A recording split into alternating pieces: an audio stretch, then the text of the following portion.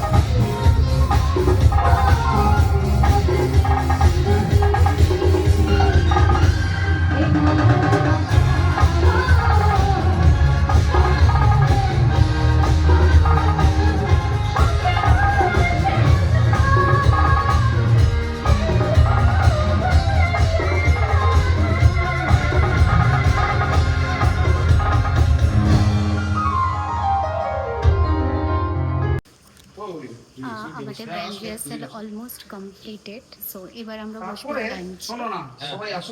চলো সবাই মিলে অল মিউজিশিয়ান সবাই আমরা খেতে বসবো। চলো দেখা যাক।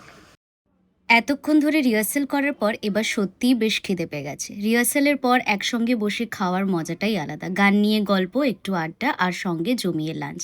এই ছোট ছোট মুহূর্তগুলোই আসলে পুরো দিনটাকে আরও সুন্দর করে দেয়।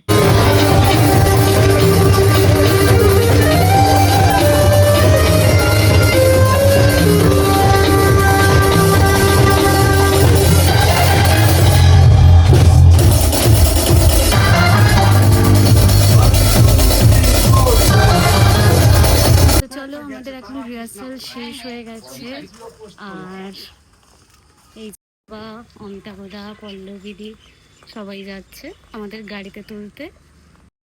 আমিও যাচ্ছি গাড়িতে উঠবো বলে।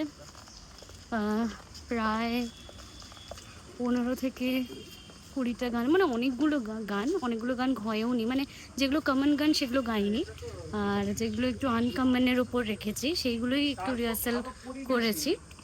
আর খুব ভালো ব্যান্ড ছিল, তোমরাও দেখতে পেলে। চলো একদম গাড়িতে উঠে যাই। আজকের ব্যান্ড রিহার্সাল অবশেষে শেষ হলো।